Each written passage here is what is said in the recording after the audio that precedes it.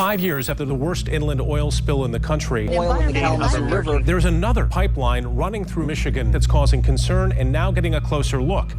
It's the Enbridge oil pipeline known as Line 5. It's over 6 decades old, and some say it's another disaster waiting to happen. These are the waters of the Great Lakes, which are said to contain half the fresh water in the world.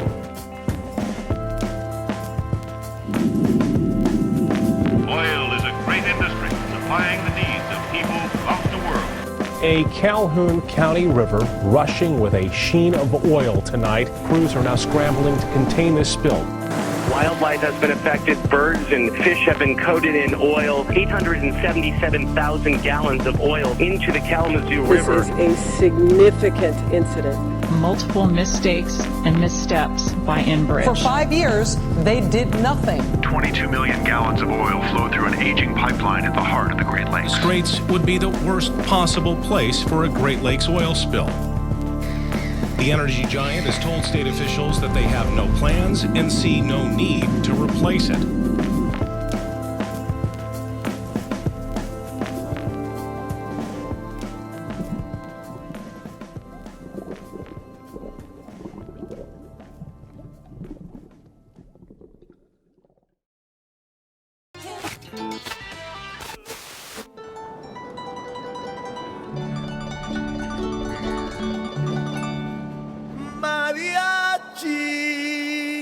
Always hate the environment.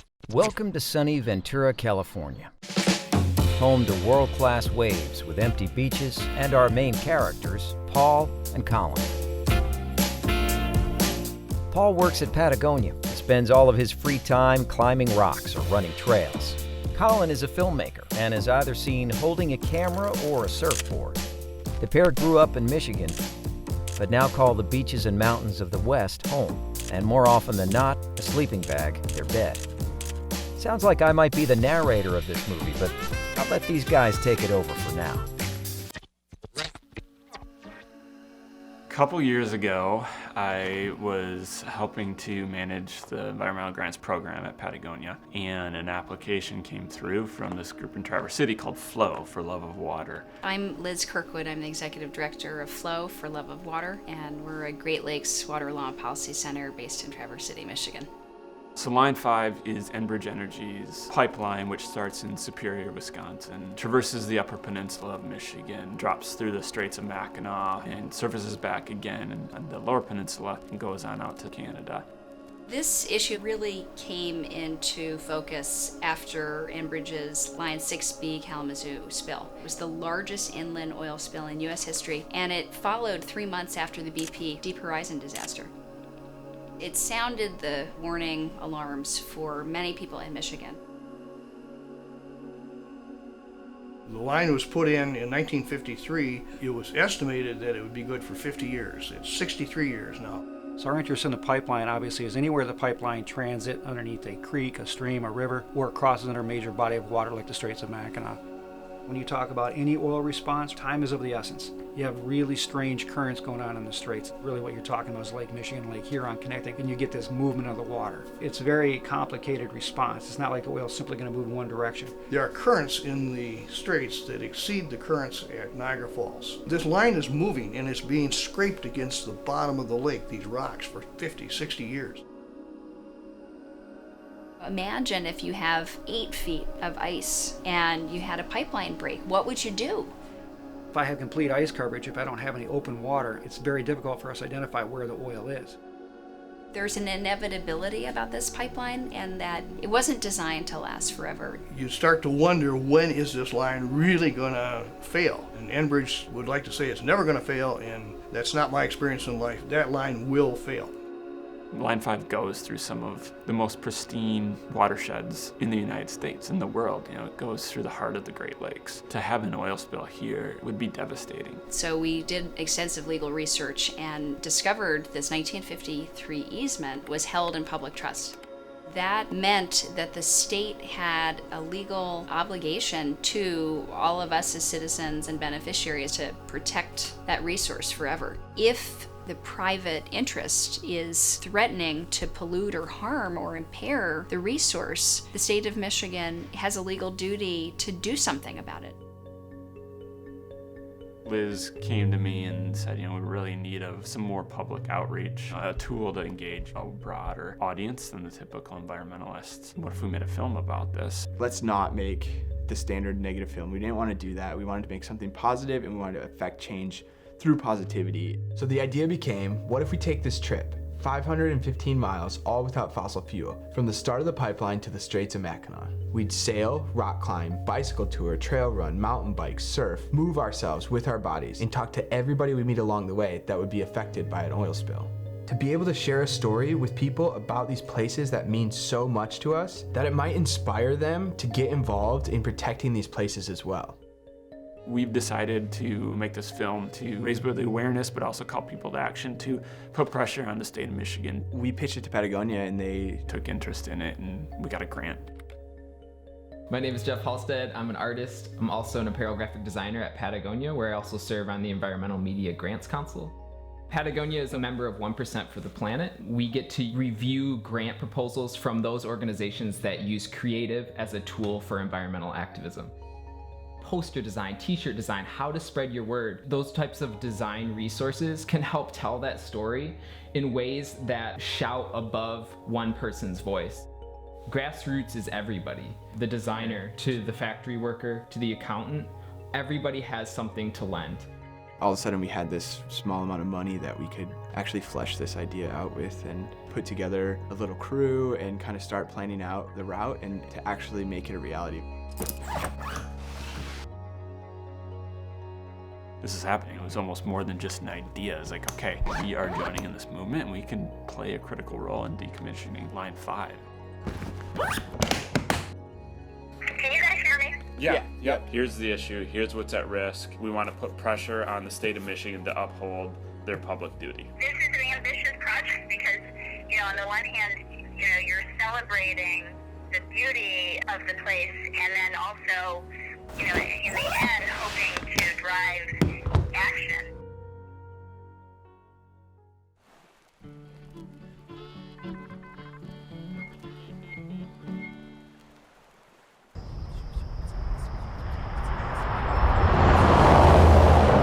The boys have found themselves back in their native North Woods. Now, they could only find their ride.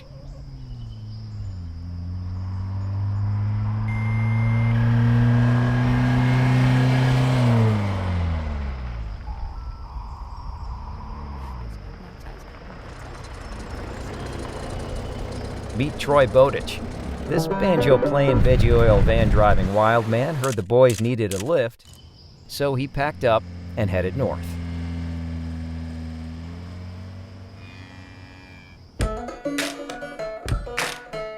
It's been almost 24 hours since Colin got to surf, so naturally they went straight to the lake to check the waves.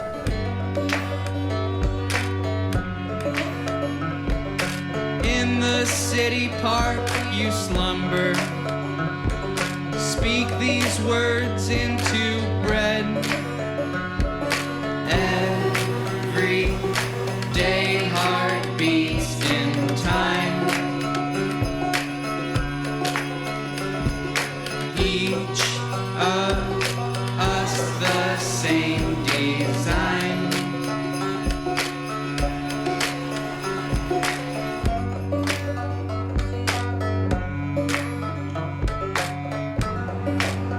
So we got to Palisade Head and the wind was howling.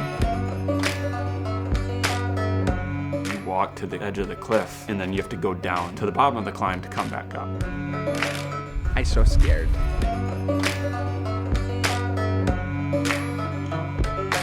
Every day heart beats in time.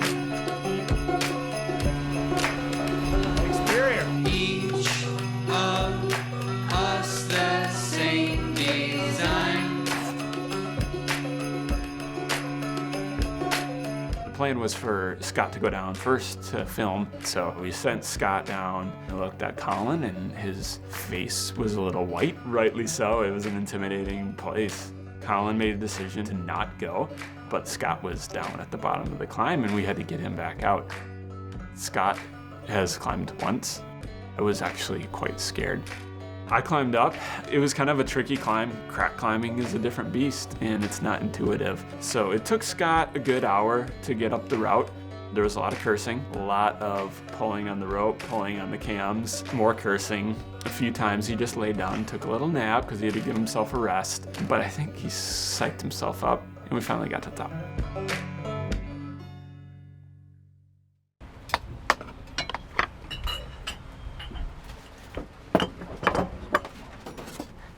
Out of all the places that we've sailed, we've never found a place that we like more than Lake Superior. You know, this is as pristine as anywhere in the world, I think. This kind of marina anywhere on the East Coast is going to have 100 boats or 1,000.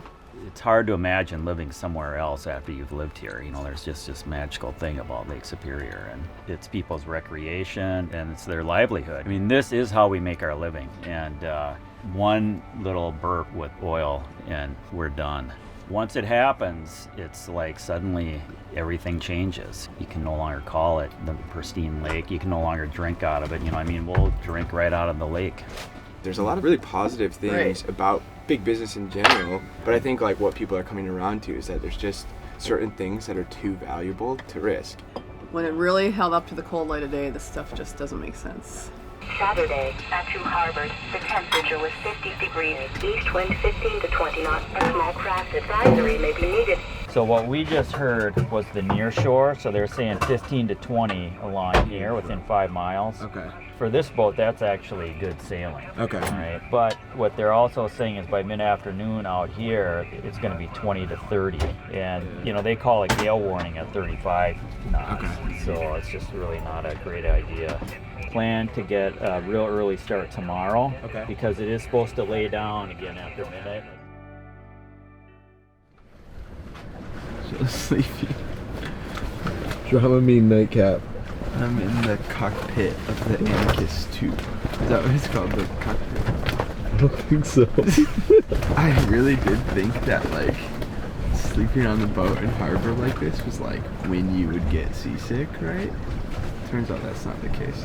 Like this is like a prep. This is like getting used to it a little bit is what the captain said.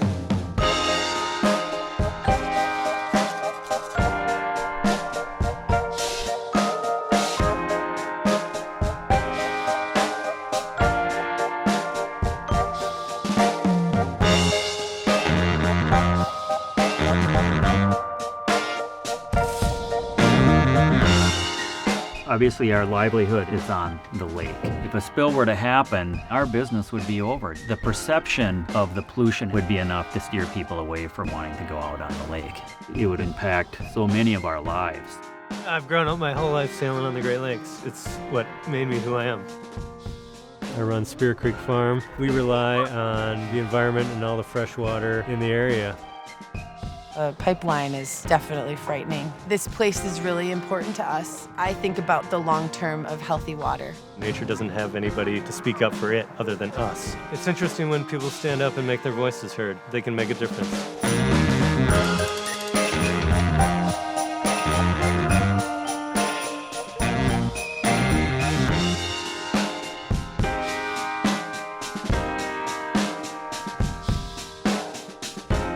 Getting to spend time with the Gordon family in the place they love the most, doing the thing they love the most, was really inspiring.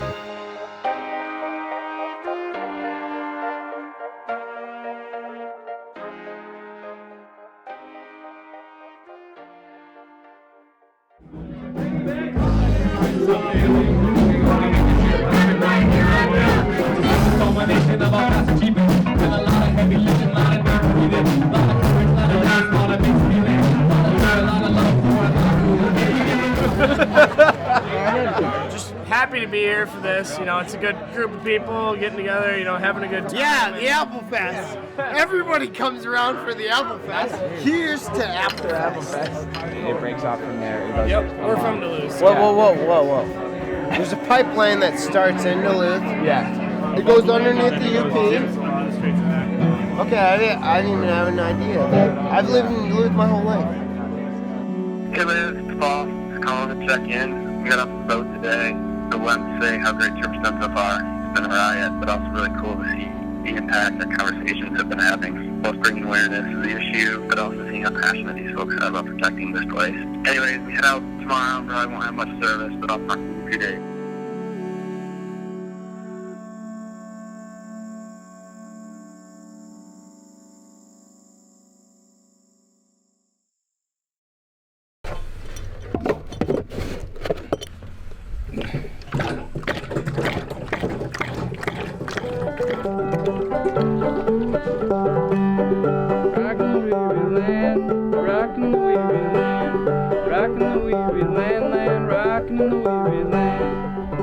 After a couple of rough nights of sleep and a handful of Dramamine, the two were happy to be back on solid ground and fell quickly into the rhythm of the road.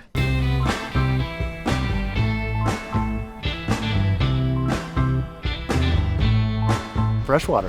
The fact that I can paddle out here and I can dip my mug into the lake, that means a lot to me.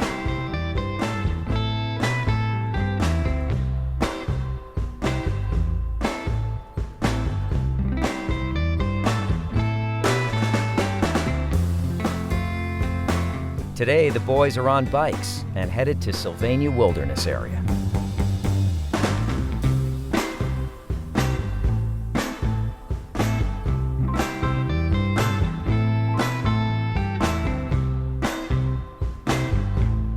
This is just some of the most beautiful landscape that we have.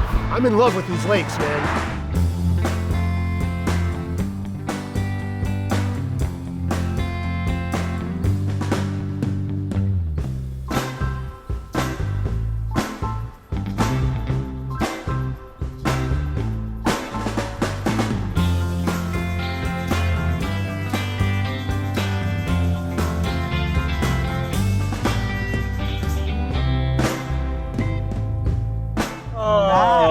Have you guys never made deluxe mac and cheese? I got the good shit for you.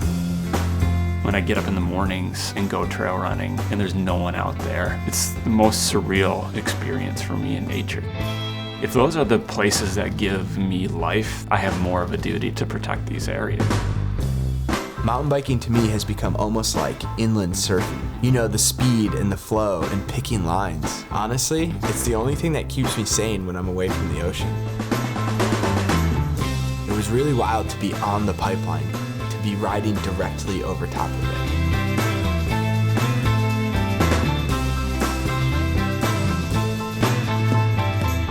We just kept thinking to ourselves how absolutely crazy it was that this pipeline runs right through our backyards.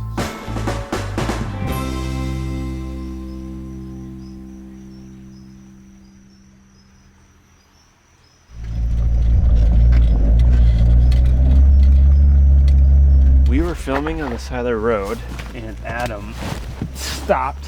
I looked at his car, he had a Patagonia fly fishing sticker.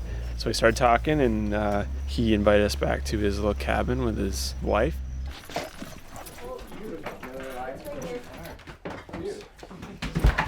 Sorry, they're a little Yeah, I just saw him filming on the side of the road. Well, welcome. Glad to have you. So we're just on a journey. We're showing the area through the lens of beauty, of recreation. These are the Great Lakes. This is, you know, pristine water. Like, we need to do what we can do to protect it. So what happens if the oil pipeline were to burst? Because it's not too far from here. I grew up here. Everything that I learned, everything that I am, is this place. I couldn't imagine not having the wildlife or the flora, everything. It's a beautiful place. There's no place like it, and I don't want you to tell everybody that, because then everyone will come here. We don't even know what we have here. This is more beautiful than we could probably ever even imagine. This is something my family has worked on for 25 years together. I love this place. You can see how the water splits off, and you can see the interconnectedness of it. You know, that river is one of the reasons why he chose this property, why this was the place he wanted to buy. And without it, it wouldn't be the same.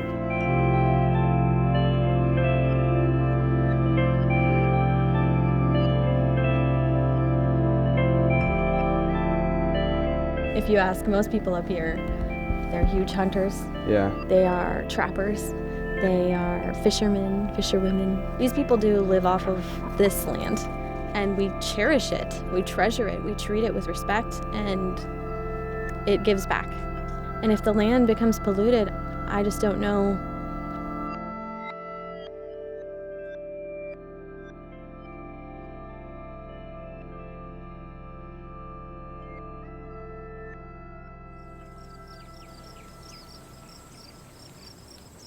A much-anticipated storm was about to hit the northern shores of Lake Michigan as Timmy Folkert, a surfboard shaper and fellow Great Lakes surfer, joined the crew.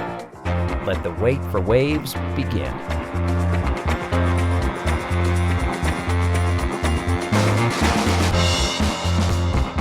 My name is Tim Folkert. I'm from Holland, Michigan, and I own a small surfboard business called Migration Surf. The community out here is awesome. There's no weird vibe in the water. People are open and excited. The days that surf is firing, my phone is blowing up with text messages of where people are going, what the conditions are like, and we're all kind of working together to help each other score. You're so grateful. I've experienced more of that here than I ever had in California. Seeing this pristine coastline that I routinely check every day wrecked because of carelessness would be tragic.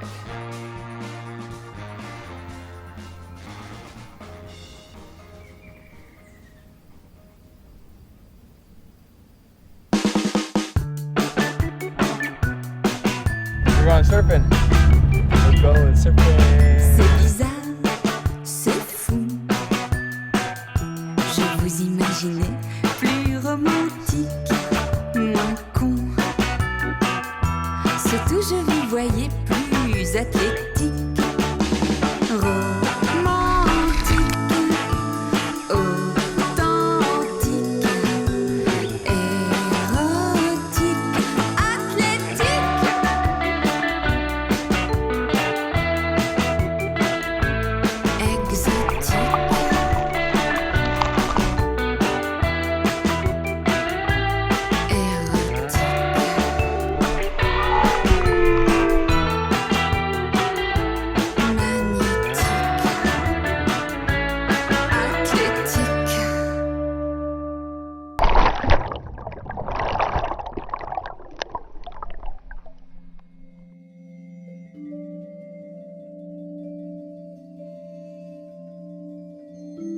Morning comes cold and early today as the boys reach the final leg of their pipeline journey.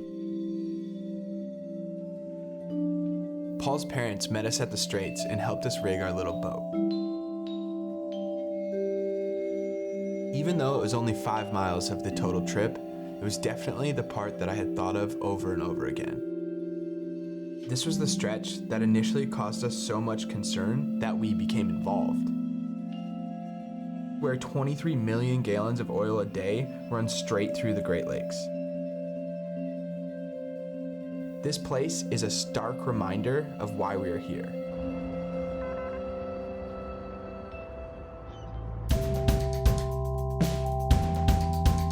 One of the goals of this project was to inspire people, make people realize how much they love this area, because I firmly believe that if you love something, you're going to do whatever you can to protect it. A lot of it is also about preventative action, about standing up for these places before something happens, before it's too late. Not everyone can do everything in terms of protection, so you need to find your role in the conservation movement. For me, it was tell a story through adventure, because that's what I do. I run and I climb and I surf. You have to figure out what you can do. I made a film because honestly, it was the easiest thing for me to wrap my head around. That's how I know I can be effective. If you're a writer, you should get out and start writing. If you're a musician, you should start singing about the lakes. If you're a lawyer, then practice law in terms of protection of these areas. If you like swimming in these lakes, protect them. If you like hiking in these forests, protect them. Whatever your connection is, there's no reason we shouldn't be doing everything we can to keep these places safe.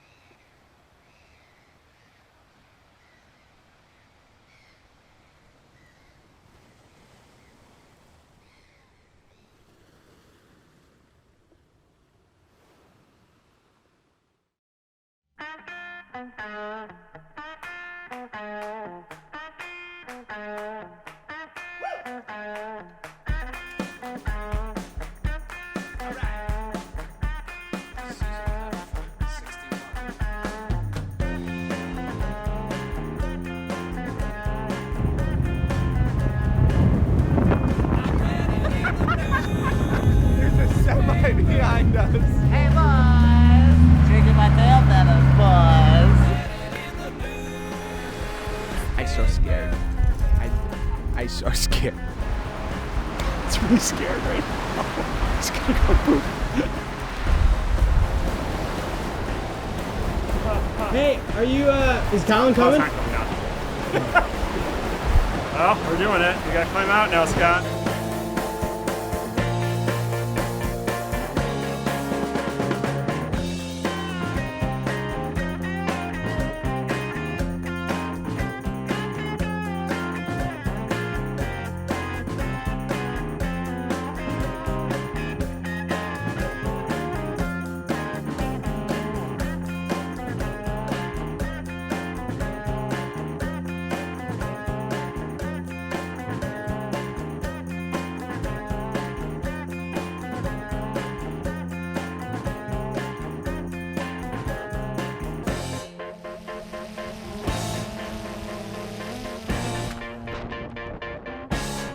I eat the whole thing.